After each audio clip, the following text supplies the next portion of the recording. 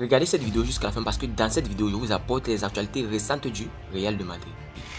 Salut et bienvenue sur ActuSport. Si c'est la première fois que tu passes sur ma chaîne YouTube, abonne-toi et active la cloche de notification pour recevoir une alerte chaque fois que je poste une nouvelle vidéo.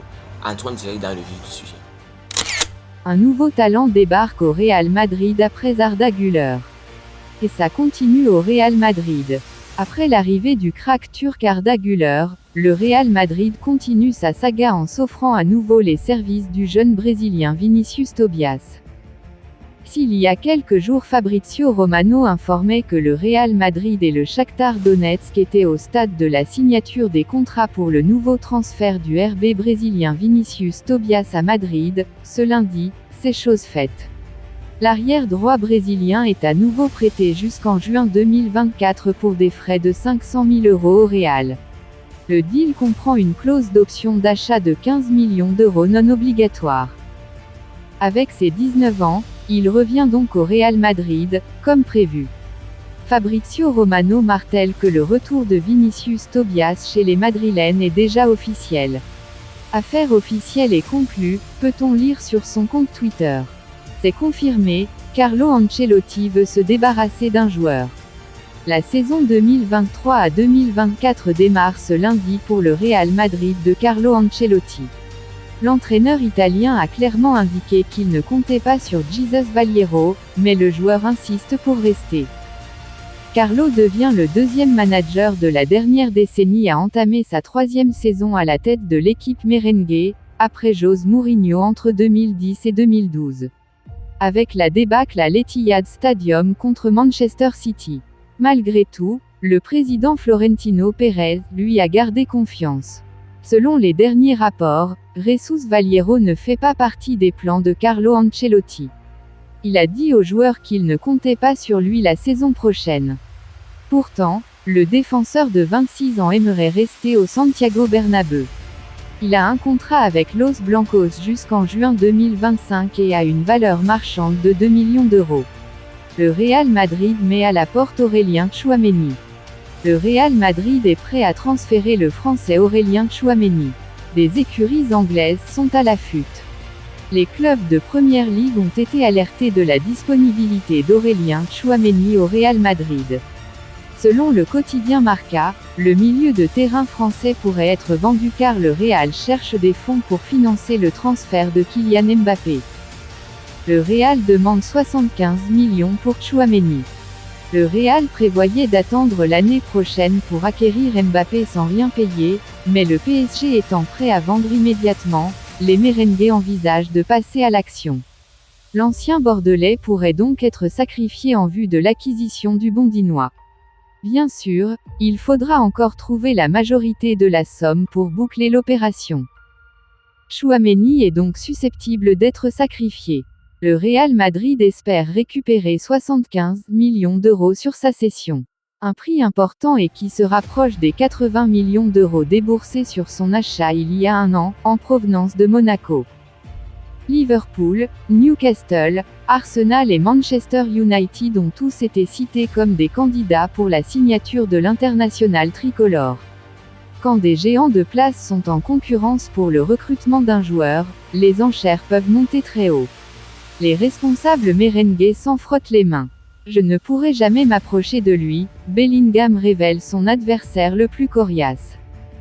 Il y a quelques mois, ignorant qu'il deviendrait son rival direct dans les Clásicos espagnols, Jude Bellingham révélait ouvertement le joueur qu'il avait blessé comme aucun autre milieu de terrain dans sa carrière professionnelle. L'interview a été réalisée pour la FIFA et diffusée sur HDC-UTZ, indique Somos Invictos.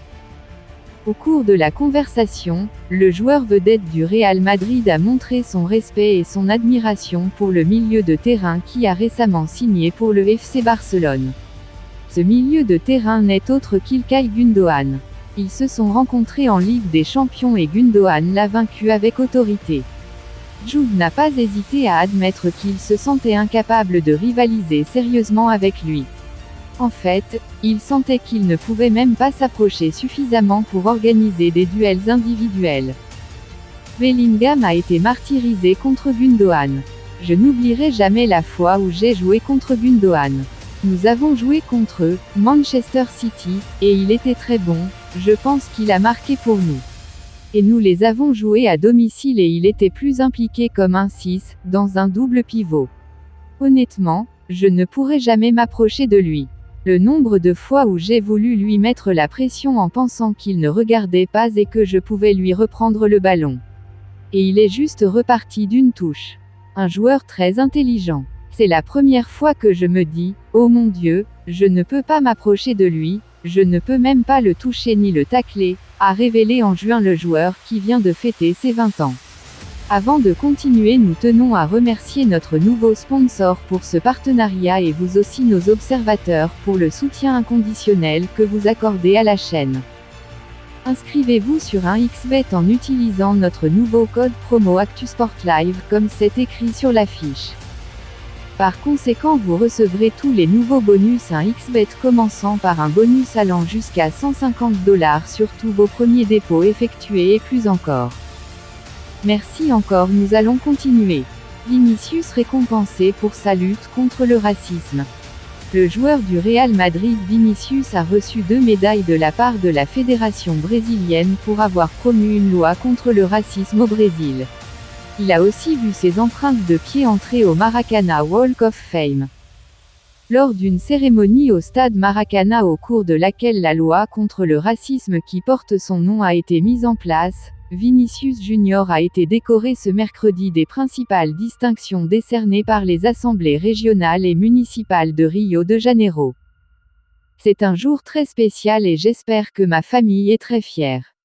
Je suis très jeune et je ne m'attendais pas à ce que, si jeune, je me retrouve au Maracana, dans un endroit si spécial pour moi, à recevoir cet hommage, a déclaré le joueur du Real Madrid lors de l'événement. Parfois, je me demande si je mérite autant. Je ne m'attendais pas à recevoir autant de récompenses et à recevoir toute cette affection au Maracana, où j'ai assisté et joué tant de matchs de Flamengo. C'est passionnant. L'attaquant convoqué par le Brésil pour disputer la Coupe du Monde 2022 au Qatar a reçu la médaille Tiradentes, principale récompense décernée par l'Assemblée législative de Rio de Janeiro, et la médaille Pedro Ernesto, principale récompense décernée par le Conseil municipal de Rio de Janeiro. La décision du footballeur d'affronter directement les supporters qui ont proféré des insultes racistes lors d'un match de la Liga espagnole entre le Real Madrid et Valence a inspiré la loi contre le racisme dans les stades qui entre en vigueur à partir de mercredi dans l'État de Rio de Janeiro. Cette loi prévoit la suspension automatique des matchs dès que des insultes racistes sont enregistrées, voire la suspension définitive si la discrimination se poursuit.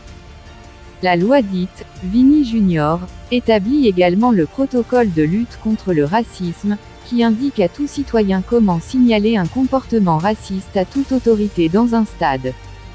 Lors de l'événement, l'attaquant du Real Madrid a également laissé ses empreintes gravées sur le Walk of Fame du Maracana, le plus grand temple du football brésilien, où des stars telles que Pelé, Garrincha, Rivelino et Ronaldo ont déjà leurs empreintes. C'est un honneur de rendre cet hommage à un footballeur qui est une idole du football brésilien, né et élevé à Rio de Janeiro. En plus de porter tous les exploits de sa carrière de footballeur, Vinicius est également devenu un symbole de la lutte contre le racisme, a déclaré le secrétaire régional au sport de Rio de Janeiro, Rafael Pichani. Le Real Madrid a pris une décision radicale pour son numéro 9. Le Real Madrid a repris le chemin de l'entraînement ce lundi. Plusieurs doutes persistent concernant le mercato et la quête d'un renfort pour remplacer Karim Benzema. Mais les merengues sont une drôle d'idée en tête pour leur attaque. Une nouvelle ère. Cet été, le Real Madrid va afficher un nouveau visage. Dernier membre historique de la fameuse BBC, Karim Benzema, capitaine la saison dernière, a rejoint Al Ittihad en Arabie Saoudite. Un départ inattendu puisque les merengues pensaient qu'il prolongerait son contrat avant de tirer sa révérence en 2024. Mais KB9 n'a pas pu résister à une offre XXL. Les pensionnaires du stade Santiago Bernabéu vont donc devoir remplacer leur atout offensif numéro 1. Rapidement, les médias sportifs ont évoqué un faible du président Florentino Pérez pour Kai Havertz. Ancelotti veut changer de système. Mais le polyvalent joueur de Chelsea a rejoint Arsenal. Harry Kane, lui, est la priorité de Carlo Ancelotti. Mais ses dirigeants ne sont pas sur la même longueur d'onde. Et ils auront le dernier mot, d'autant que le Mister risque de quitter Madrid en 2024 afin de prendre les commandes du Brésil. Le dossier du nouveau numéro 9 agite d'ailleurs l'écurie espagnole en coulisses puisque Florentino Pérez rêve encore et toujours de Kylian Mbappé. Un élément qui ne fait pas l'unanimité au sein de la direction et qui doit surtout régler ses problèmes avec le PSG. Malgré tout, KM7 est aujourd'hui celui qui figure en pole position pour prendre la succession du 9. Toutefois, ce n'est pas le plan actuel du Real Madrid si on se fie aux informations publiées ce lundi par Relevo. La publication ibérique explique que les merengues, qui reprennent le chemin de l'entraînement ce lundi à Valdebebas, sans les internationaux, NDLR, ont une idée folle, à savoir jouer sans numéro 9.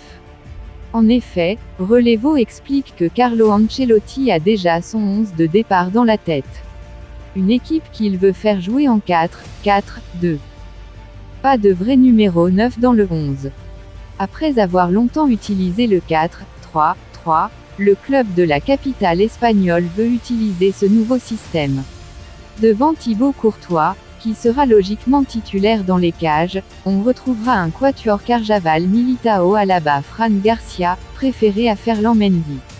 L'entrejeu sera solidifié avec Fede Valverde, Aurélien Tchouaméni, Eduardo Camavinga et Jude Bellingham.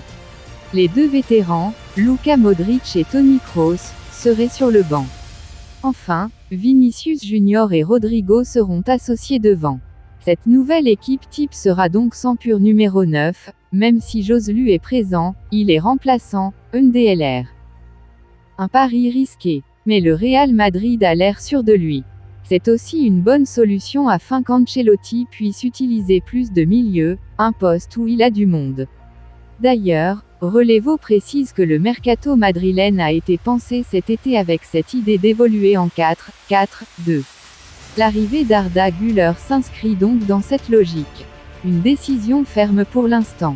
Mais la donne pourrait éventuellement changer d'ici la fin de l'été et surtout selon l'évolution du dossier Kylian Mbappé. Après plusieurs rendez-vous manqués, le Real Madrid pourrait enfin réaliser son rêve en enrôlant le gamin de Bondy et en l'associant à Vini et Rodrigo pour former la RVM. Mbappé dans les prochaines heures. Le feuilleton de ce mercato estival porte un nom, Kylian Mbappé. En conflit avec le Paris Saint-Germain, bien décidé à prolonger sa star, ou à le vendre dès cet été, le Bondinois est toujours annoncé dans le viseur du Real Madrid. Si les merengues ne comptent pas se précipiter dans ce dossier, bien conscients des difficultés actuellement vécues par le champion de France en titre, Defensa Central livre de nouvelles informations pour le moins étonnantes. Selon le média espagnol, le club madrilène serait ainsi très confiant quant à l'arrivée de l'attaquant parisien. Mieux encore, Florentino Pérez estime que la signature pourrait être officielle cette semaine ou au plus tard au début de la semaine suivante. DC précise, en ce sens, que le Real Madrid envisagerait d'arrêter les travaux du Santiago Bernabéu pour pouvoir présenter Kylian Mbappé. Une information à prendre avec des pincettes mais qui risque bel et bien de faire parler au cours des prochaines heures. Dites-moi tout vous pensez en commentaire. Dites-moi tout vous pensez en commentaire. Si vous avez suivi cette vidéo jusqu'à la fin, merci. Laissez-moi un like, ça fait plaisir, c'est gratuit. Abonnez-vous et activez la cloche de notification pour recevoir une alerte chaque fois que je poste une nouvelle vidéo. À la Madrid, à la Blancos. Ciao, bye bye pour une prochaine vidéo.